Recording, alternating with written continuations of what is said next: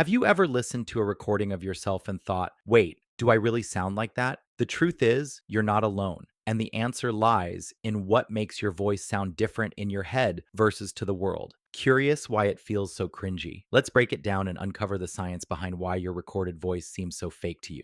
Imagine this: you send a voice message, feeling good about what you said, and then curiosity gets the better of you. You press play to hear it back, and suddenly it's like listening to a total stranger. Your eyes squint, maybe your shoulders stiffen. It's not just that you don't like it, it feels weirdly fake, like it doesn't belong to you at all. Well, it turns out there's a reason this happens, and it's written into your biology. Here's the thing: the way you hear your own voice while speaking is completely different from how the rest of the world experiences it. And surprisingly, it all starts inside your own head, literally. When you talk, your voice doesn't just travel out into the air for others to hear, a big part of it vibrates through your skull. Those vibrations reach your inner ear, adding low frequencies, kind of like turning up the bass on a sound system. What you're hearing in real time is the enhanced, almost custom mix of your own voice. When you listen to a recording, you only hear the sound as it travels through the air, thinner, sharper, and, well, entirely unpolished. It's like going from a high definition movie to a grainy VHS tape. The voice you're left with feels almost like a parody of what you thought you sounded like,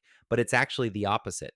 What you hear in the recording is exactly what everyone else hears when you speak. If that fact feels a little cringy, you're not alone. Your brain's just not wired to treat it as normal. It's a mismatch, a kind of mental tug of war between what you expected and what you got. And once you know that, it makes sense why it feels so uncomfortable. But here's the kicker: understanding the biology is only part of the story. The other half has everything to do with how we see ourselves, and it's just as fascinating. So, if everyone else hears your voice that way, why does it feel so personal when you hate it? The answer lies in how deeply connected your voice is to your identity. It's not just a sound, it's part of how you define yourself. You've spent your whole life hearing your voice from inside your skull, shaping your sense of who you are. Then one day you hear a recording that sounds unfamiliar, and suddenly there's this weird disconnect between the voice in your head and the one coming out of the speakers. It's like seeing a surprise photo of yourself from a totally unexpected angle. In your mind, you have a picture of how you look, or in this case, sound. But the image staring back doesn't match the one you've built up. Maybe your mental soundtrack has always seemed warm and authoritative, but the recording feels sharp or even jittery. Social expectations pile on to make it worse. Our culture has all sorts of unspoken rules for what makes a voice sound good.